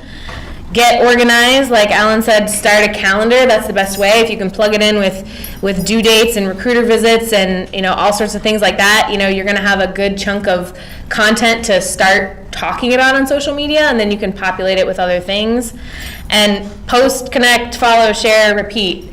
Social media only works if you work it. It's like going to the gym. You can't go once a month and expect to have like Arnold Schwarzenegger muscles. It just doesn't work that way. Social media is the same way. You can't just post once a month and expect everyone in the world to follow you and to be contacting you and connecting with you. It doesn't work that way. So like Alan said, you'll reach a threshold, but in order to break through, you need to be reaching outside of your community. So if there are agencies, design houses, other illustrators that you like and admire, tweet to them, you know, give them a shout out, you know, use them in some way in your social media that you're putting out there. Chances are they're going to reply to you, because you'll see once you start using these things on a regular basis, it feels really good if somebody really big replies to you. This past weekend, we were shooting one of the commercials for the Doritos Crash the Super Bowl competition. It was a joint project between ad design and digital filmmaking, and I took a picture on set, and I tweeted it, and I said, you know, day one of the Ringling College Doritos Crash the Super Bowl contest shoot, and Doritos replied to me and was like, we can't wait to see it, and I was like, oh my God, Doritos, reply to me, not me right now, right? So that's how you're gonna want to feel. So you just have to stay on top of it and keep doing it and keep doing it and keep doing it. It's not easy. It seems easy now when you're like, yeah, selfie, what up, right? But like when you're trying to do it in a professional way, it's not as easy. You just have to keep working at it. So are there any questions?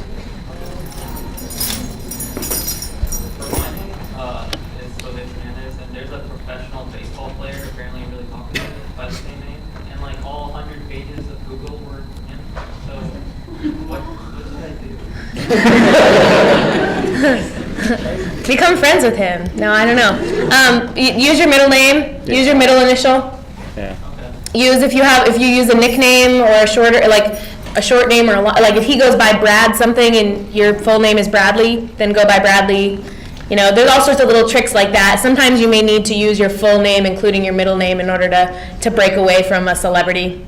It's also key to use the tagging within LinkedIn and all the like Illustrator, Painter, all the details that we were talking about earlier, because all those get filtered through the SEO. So if you use your middle name and then again your attributes in the tags, that's going to help when people Google you. They'll realize, oh, that's a baseball player. Maybe I have to put what they do with that to actually get you to show up.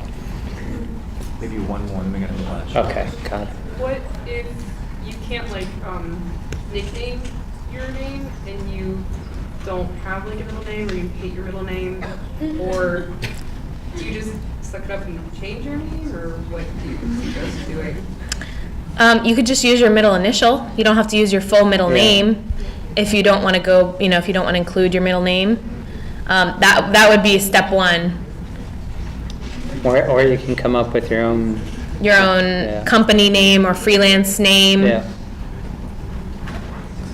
We gotta go. Here, go to the end. Nothing personal.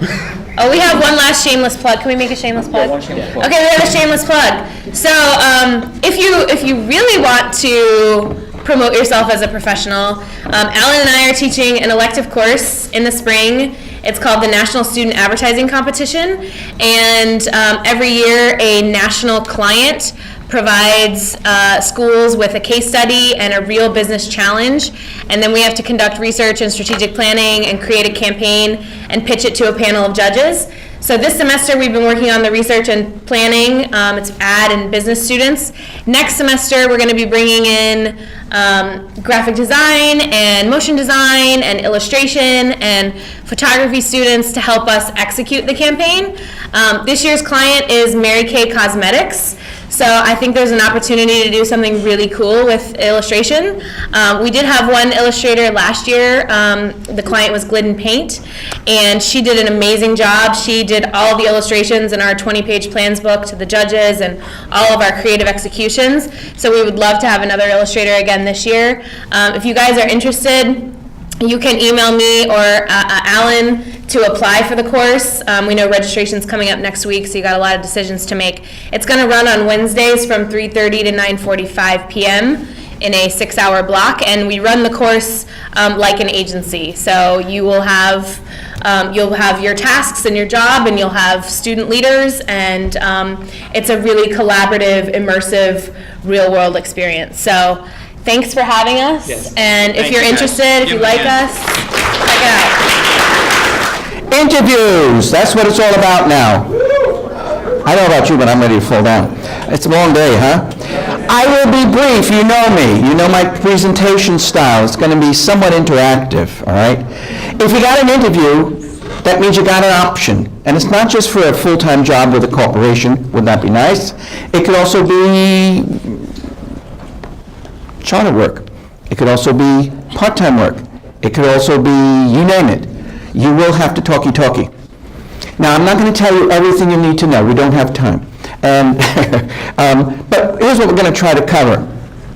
The essential elements of the interview process. Yes, it's a process. Conversation is process-based, like it or not. How to feel in control of the process. A lot of people really get nervous about this. What question are they going to ask me? There's no golden book that every recruiter or possible client goes to and says, I'm meeting with so-and-so, let me turn they're the questions. That doesn't exist. I'll share with you some, and some just for illustrators too. How do we know this? My office is right next to the recruiting office room, and I sometimes listen. Shh, don't tell no one. All right, there's different types of interviews. There's a case, the second round, and I want to give you a sense of what those are. Again, this is just sort of the basics. And then finally, dressing for success. I ain't telling you, I'm not a fashion maven. Although, GQ, here I come, and yeah, I can laugh too. And behavioral interviews. So we're going to try to at least touch on some of these mountaintops. All right, remember this. Yeah, the 3 ways to get a job. Everyone's using Employing, right? You all getting your blasts every week? Pretty neat, isn't it? All right, the interview means that you've gotten all through the paper chase. Think about that. It means, hooray, congratulations, they want me. Or, do you want them? Remember, you're evaluating them as much as they're evaluating you. And that's an important thing I'd like you to remember. That's just a definition. My definition of it, an interview is a conversation with a purpose. And oddly enough, you and your interviewer are on the same page. You're evaluating them in the position as much as they're evaluating you as suitable for the position. So oddly enough, you're on the same wavelength. All right, what I'd like you to do now, it's informal, I'm not going to collect it. Write down the one question you don't want to be asked, or would be the most uncomfortable with being asked during an interview. Just write it down, type it in your magic notebooks.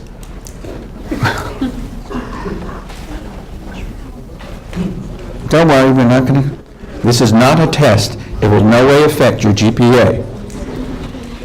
All right, so you got one? All right, we'll get to that later. All right, this is it. This is it. This is the most important thing I can share with you. It's a diagram. What the diagram is showing you is the following. Let me see if I can remember to do this. All right, every interview question has a character. It's either open or closed. Open-ended questions are considered the most stressful. There's no prompt of a response. I'm going to give you some examples later on, including the most difficult one-word interview question. Closed-ended, has a prompt of a response. It's telling you what it wants. And I'll show you some examples of that in a moment too. Whether you get open or closed, the content areas are incredibly important. That's what it's about. Every interview question that you're ever going to get is about your skills, your motivations, your work habits. That's it.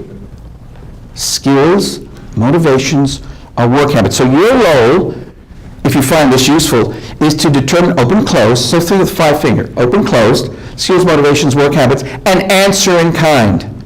Because really what you're doing is, and this is important, there's a job description, assuming, and you have a cover letter, resume, and portfolio. Those are the only givens in an interview context. It's the only thing that both you and your potential employer or client have in common. They wrote the job description, you wrote the resume and cover letter. You put together your portfolio. Your job is to integrate them in all the answers you give. Does that make sense? All right? This is you. The worst thing you can do is think of an egg. You know what an egg is? We've all eaten one, not the shell though. There's a shell, there's the white, there's the yolk. Think of 3 levels of a response. So if someone asks me how I feel great. That's a shell. I've answered the question, but there's no information. How do you feel? Let's go to the white.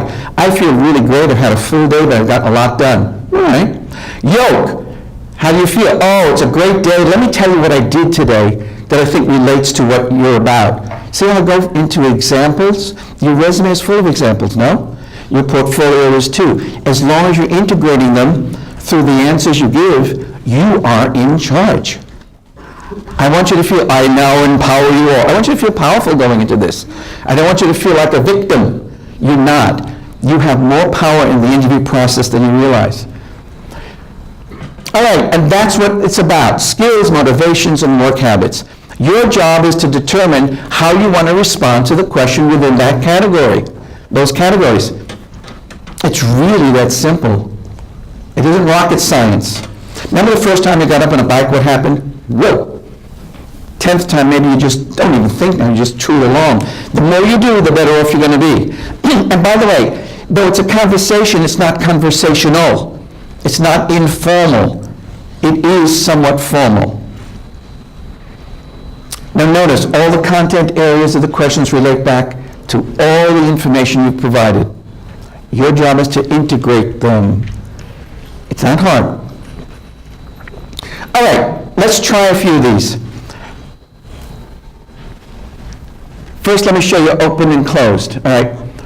Open, no prompt. Closed, you have a prompt. Don't answer yes, no to any interview question. Let's take a look at some open-ended. Tell me about yourself. I like chocolate. Why are you here today? You called me into the damn interview. You could get these. Careful with humor. Could work against you. Why should we hire you? Because if you don't, I know where you live, I'm coming for you. That's not going to work either. All right? I noticed from your resume that you majored in whatever. Tell me about that. What do you want to know? Why are you qualified for this position? Ooh. How would you handle some of these? Can you see how you can relate your cover letter, resume, and portfolio to these? Let's try a few more. What is the best piece in your portfolio? Why? Because I like it. You are position. Why? Tell me about a weakness. Yeah, chocolate, all right? Now, I'm going to share with you the most difficult one-word interview question. I have a book, it's called 100 Worst or Difficult. Ready for it? So. That's an interview question. So. I've just asked you to take over the interview, haven't I? How'd you handle that? I'm not saying you're going to get it, by the way. Well, how would you handle an open-ended one-word question followed by silence? I got one of those once. I was interviewing for a position of a career counselor, career director, and I had this woman, she was dean of faculty, reported at that point in that direction. And she said, Mr. Kovacs, I'm so glad you're here. And I said, oh my God, she's having a brain aneurysm. She was blinking her eyes and smiling. She's dying. Then I said, oh, wait. She's shy. I did this in a microsecond. I said, well, Dean Ostrander, I'm very happy to be here. With your permission, I'd like to tell you a little bit about my background and how I feel I'm qualified. You could see her, but oh, thank you. I took the burden of the interview offer. Not every interviewer is trained. Sorry. Some of them are jerks. Sorry. It's going to happen. So you have to be prepared. Let's take a look at some closed-ended ones. Now, these are relatively easy by comparison. It's telling you what it wants. Can you tell me a time when you had to work in a team? Let's take a look at what was the most challenging course at Ringling. Now remember, which ones would you put these into? Skills, motivations, or work habits? How would you begin to format a response? It's kind of important stuff. Why did you choose to study at Ringling? It's the only place where you're in. Is graduate school an option for you? Ooh, that's an interesting one. Is that about skills, motivations, or work habits? What do you think? Yeah. Are you motivated to go on? Careful how you respond. What about the next one? What do you need from a boss? What's behind that question? Now, if you're not sure, reverbalize it in your head. What do you think it's about? Work habits? How am I going to manage you? Absolutely. Give him an A.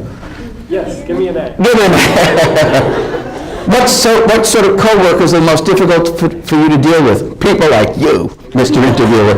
Now again, I'm saying it in a funny way. You must go into this lightheartedly. It's not sort of, welcome to the interview. It's time for death. No, it really isn't. It really isn't. And you might get a jerk, and you might get someone who's a nattling nabob. You never know. Keep it up. That is, say, keep your spirits up. All right, now let's test our insights, okay? This is the fun part. Here's a question. What should I make of your GPA? Is it open or closed? Open. Is it about skills, motivations, or work habits? Well, you can only answer one. I mean, no, this is just to give you, look, you're all intelligent, and I respect that. I love you guys. But here's the issue. Intelligent people tend to think out loud as they're speaking, and sometimes you wind up someplace you don't want to be. Take a nanosecond or 2 or 3 or 4, and there's a way to buy that, and say, all right, what the hell is skills, motivation, work habit? You can use your fingers. All right, I want to talk about this. Know where you want to go, or you wind up someplace you don't want to be. I don't know if that's ever happened to you. Now, let's see what it is. It's open, it's about work habits. No, it's not a test. Interviewing is not a test. It's not like ping pong, ping pong, ping pong. It's not that. It's a conversation. I just want to give you a way, you can forget it if you don't find it useful, of taking that moment to center yourself before you respond. Let's try another one. What was your easiest course at reading? Open or closed? Does it have a prompt of a response? All right, is it about skills, motivations, or work habits? Let's see. And the answer is closed, about skills. Now again, don't worry, you're not testing yourself here. I just want to give you that nanosecond. Can any of you envision how you'd like to respond to a question like that? If it's about your skills, how would you format that in your mind's eye? Let's try another one. I noticed from your resume that you majored in illustration. Yes. Can you tell me about that? Open or closed? Open. Skills, motivations, work habits? Motivation. Let's see. And the winner is open motivations. It could be about skills, but you determine the content. Remember, if any of you have heard my little chitter-chatter about resumes, you determine the content. You determine the response. You own that 100%. Tell me about a time when you had to persuade people of your point of view. I have a taser. Open or closed? Open or closed? Skills, motivations, work habits. And the answer is closed skills. Tell me about, you can diagram these things. Remember diagramming sentences? It has a purpose. It has a purpose. All right. The question you wrote. Anyone want to share? Don't be embarrassed. I know it's late. Anyone?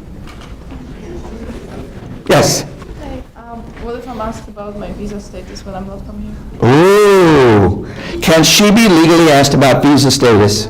No. We're going to cover that. How's that? All right. I am qualified to work in the United States. Punct. You don't have to go into detail. That's what I answered. Yes. Anyone else want to share one that they wrote down? Huh? Same one, yeah. I didn't really have visa status, did you? Canadian. Oh, yeah, well. Hey, anyone, don't be bad. Come on, it's only Uncle Chuck. Yes? Like I wrote something like, tell me about your weaknesses. Mm-hmm. How do you? Open or closed, skills, motivations, work habits. Open. Yeah. Most people will give me an open-ended question when I ask this. Skills? What do you want to do with it? I don't know. That's the problem. Is I don't know how to answer that question without it. All right, now remember, it's no right, wrong, good, bad, pass, fail. You can nuance it, and I'll show you how we can do that in a moment. That's a good. Anyone else? No volunteers. Yes. Do you have family? Tell me about them. Ooh. Now that is not illegal. It's a little uncomfortable because you're getting into things that are not necessarily germane. Open or closed? Do you have family? Well, I didn't come out of a clamshell. Do you have a family? Yeah, I got family. They mean a lot to me. It's almost like asking, are you married? Ooh, no. All right? Is it open or closed? Do you have a family? It's a bit closed. Yeah, everyone's got a family, I guess, you know. No, I'm an orphan. You know. All right. How would you handle it if they threw it at you? I killed them all. They killed them all. I'm an axe murderer. Just got out of prison. Careful with humor. It can bite you in the bum. It's a good question. How would you handle it? What if your phone is not good? What? Well, can you say, just take it as, take Watch what I'm going to do with it. Mr. Jones, my family's very important to me. They gave me, I think, very high work ethic that I'm bringing to this job. See what I just did? You control the content. Not me, not the employer, you. What if you're estranged from your family? You don't have to go there. My family gave me good work ethic. I love them dearly. I hate them too. I'm estranged. I don't go there, all right?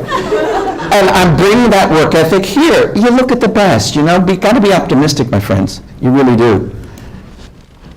I got my mother's blue eyes. Yeah.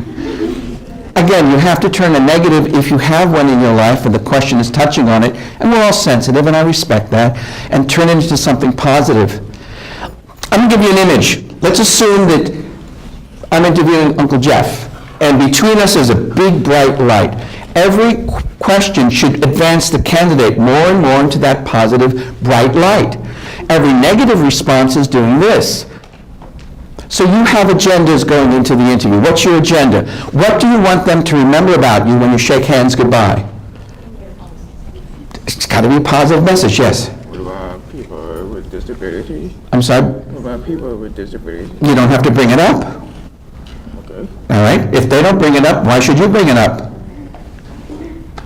I knew a guy a few years ago, he felt he had a low GPA, and so he always brought it up during the interview. Why? There's no reason. There's no reason. Yes? What if they ask you for how you feel about your GPA and you don't feel confident about it? How do you respond to that? Mr. Jones, my GPA has been progressively stronger all my 4 years here at Ringling. Let me give you an example of the course that I took that I think best relates to what I'll be doing here with you and how well I'm doing it. See what I just did?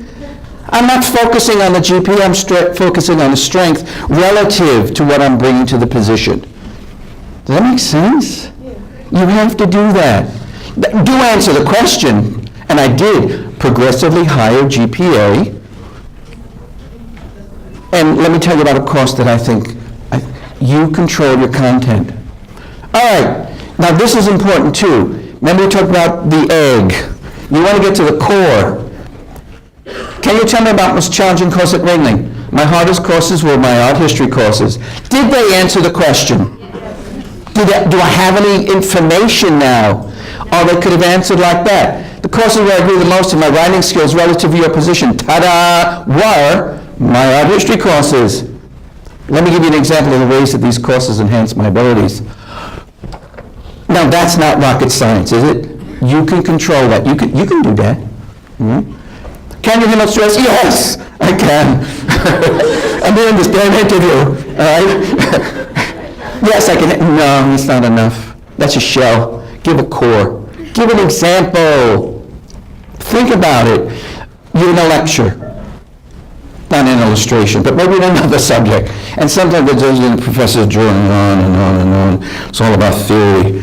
On and on and on. Check my cell phone, on and on. And they say, let me give you an example of how this theory relates to reality. And boom, now you get it. Give it to them. Don't give them theory, give them an example that they can chew on. Why are you interested in this position? I need a job. No, this position is exactly, are they answering it with that question? That's a shell response. Now again, these are my words, don't use mine. Use your own. Open it. Give an example. Relate the two if you're comfortable doing it. You must. Think about the questions that you've had over the years. Some of those questions might be in class. That's interviewing.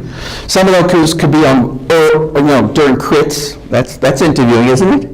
Yeah. Why'd you do it in that intensity of green? I like the green. That's not good enough. That's not good enough. All right. Not that anyone here has had a difficult crit. I know that. All right. What are you looking for in your new job? A paycheck. I'm the kind of person that loves to be motivated by new and different challenges. What the interviewer is hearing, this is something I'm going to have to stimulate. Back to the taser. All right? Careful of your unintended content. In other words, what I'm asking you is take a moment, nanosecond. What do I want to do with this question? Where do I want to go with it? What do I want them to remember about me? All right, how about this one? What do you need for your boss? All right, inspires me. Yeah, back up the whip. Again, think about it. give it a context, give me an example. If you're doing that regularly, you're in charge. I don't want you to feel like you're a victim to this. Where do you see yourself a few years from now? Hey, your job, Joe. All right. Well, honestly, I'm not sure. All right, you're not self-aware, huh? Ooh, that's an unintended consequence, isn't it? You know, like social media, oh, yeah, whatever it might be. You have to be aware of what you're saying and how you're saying it. Yeah. Can I rephrase it as I have many options that I haven't decided on? Oh, well, so we're just an option? You're not really interested in us? Careful. Careful. Is that what you want them to hear? Well, I guess it's the idea of... If you're in an interview, you've applied for it, I assume you're interested. Yeah. This really happened to me, by the way. Let me give you an example. Different school, we had an applicant who was a career counselor. And I got the feeling that this individual really didn't want the job. The way he was responding to my questions, and I'm not a killer when it comes to these. And I said, all right, self-assessment's important to us, what we do in career services. I said, if you won a lottery for $60 million, what would you be doing? He said, oh, I'd be doing this, this, and this, and this. And he gave this beautiful scenario. Then I said, I didn't hear career counseling in there. And he looked at me. He said, you know, you're right. Whoa. Uncle Chucky is spooky. Now remember, interviewers are trained. And remember, it's not only what you say, it's how you say it. We're going to get into that in a moment. I'm keeping an eye on the time. We're all going to go to sleep soon. What about this job excites you the most? Well, I'm going to get paid, you know. Well, the job here in Boston is great because it will allow me to be close to my friends. Great. And you really want it because you want to hang with your college buddies, right? Careful. I mean, it's a true honest. I'm not saying lie. Don't lie. It's going to bite you on the bum. Tell me about yourself. What I'd like to tell you about my background relative to your position is, see, all right, I'd like everyone to do something. Take your hands like this and go like that. You're not praying. Look at one hand. That's your cover letter, resume, and portfolio. The other one is the job description, all right? These are the walls. Don't go beyond them and relate them in everything you say, and you're in control. I can't see up in there. Don't poke your eye out. Tell me about your weakness. I don't have any. I am strong. Gee, I can't think of any right off the bat. How about this one? Tell me about your weaknesses. You know, Mr. Jones, take a moment. Don't hang out there too long. Remember, timing is everything.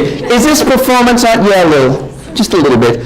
The best training for interviewing is extemporaneous theater. Everyone, be a tree. You know, really, the Stanislavski method does work. All right. Yeah, where was I going? I got derailed. The only weakness I can think of, Mr. Jones, relative to my background in your position is, see what I just did? Threw up the walls. Now, again, you don't want to do this during an interview. I give up. But you do want to at least do it metaphorically.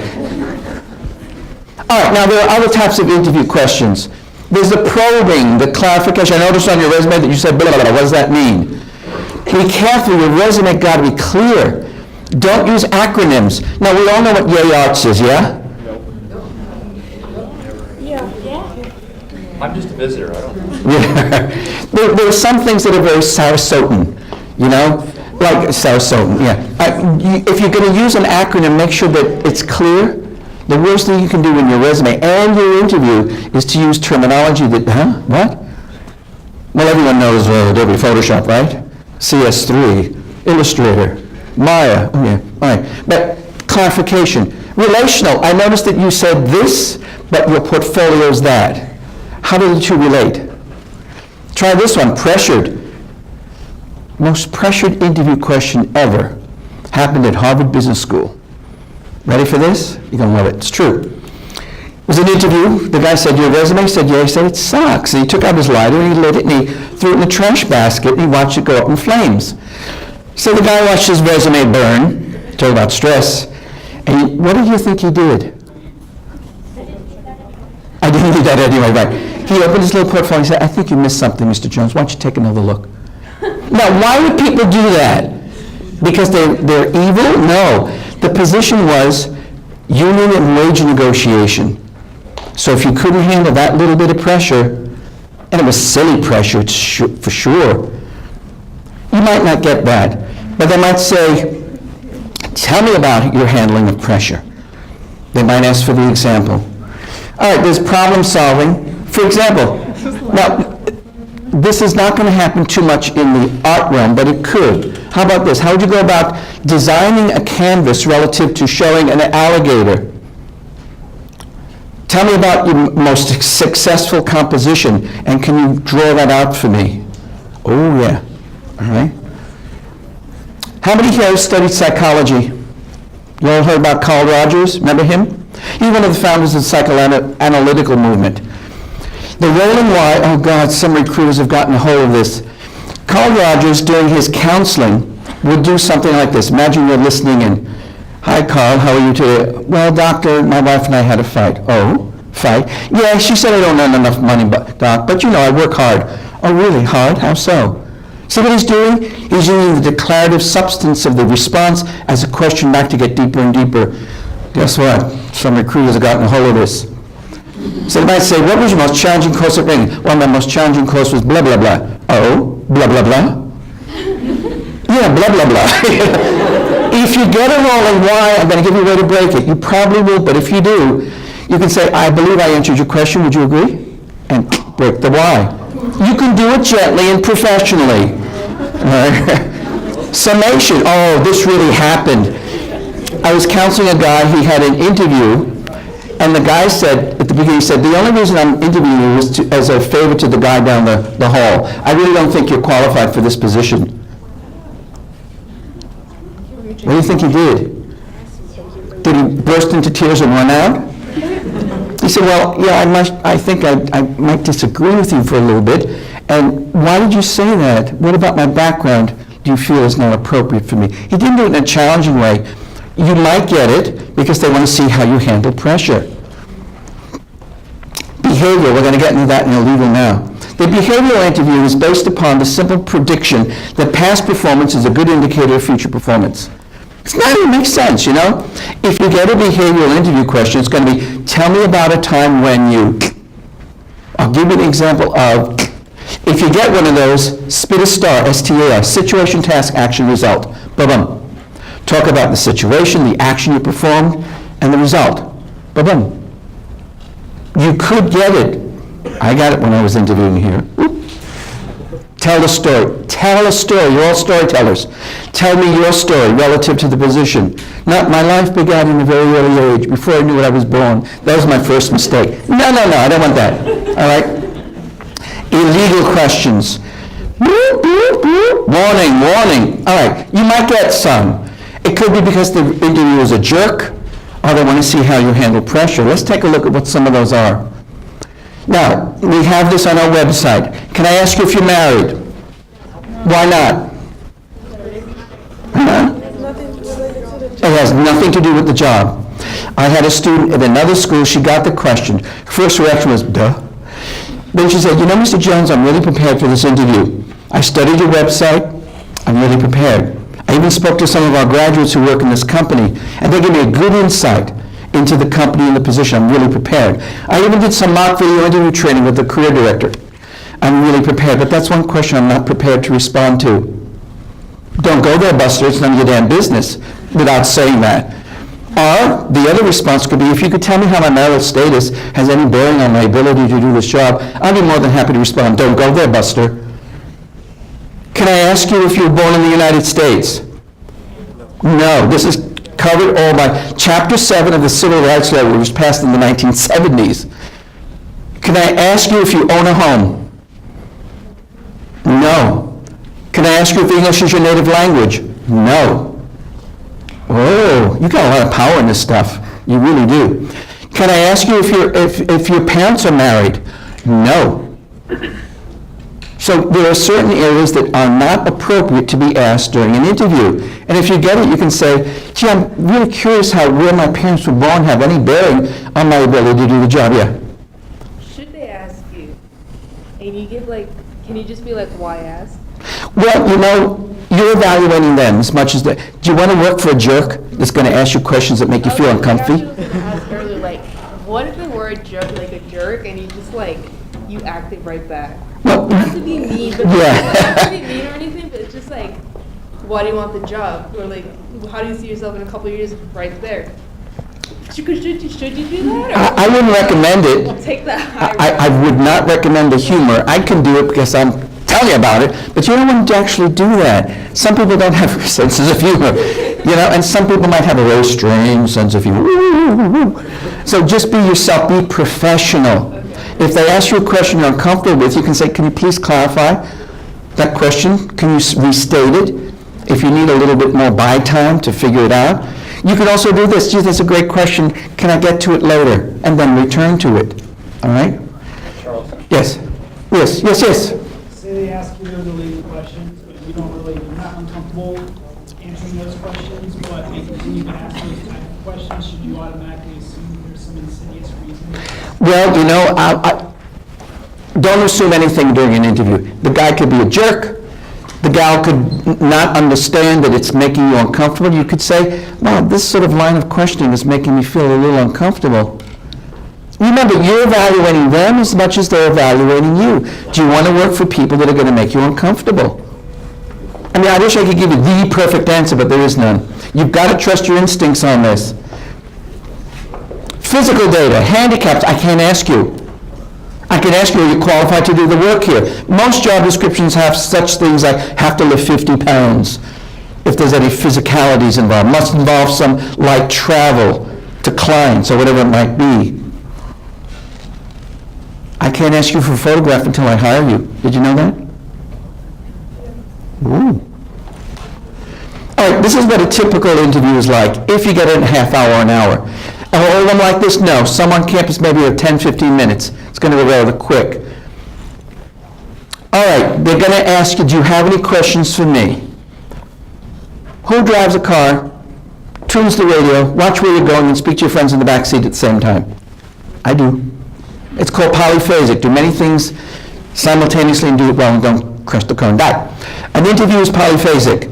Remember, if you can, every question you were asked, your response, and their reaction.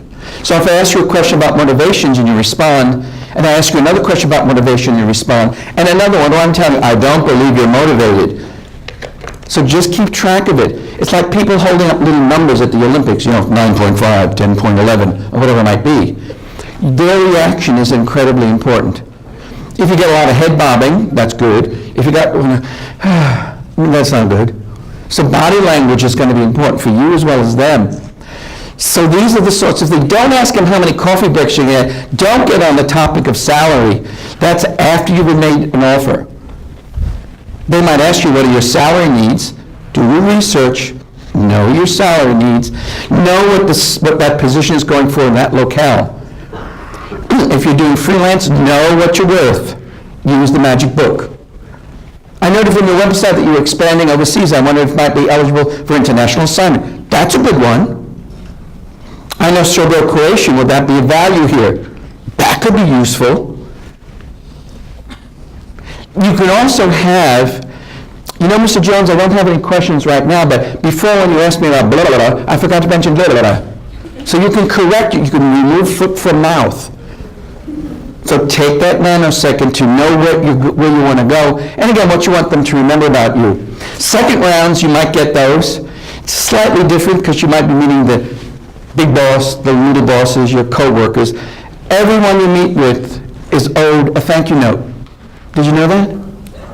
That's right, because they're all going to be asked, what do you think of so-and-so? So be nice, be polite. Did you have a question? Okay. I know what you mean.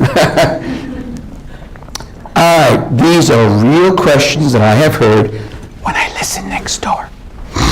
Define your illustration style. It's beautiful. That's not enough. That's not enough. What was the worst critique you ever received? Never. How'd you handle it? How did your work change as a result? Real interview question. What image in your portfolio best represents your highest quality? Pitch it to me. That means sell it. Tell me why it's good, How would your instructors evaluate you for this position? And what if they ask you for their names as references. Woo! All right? How will your style complement our dominant style focus?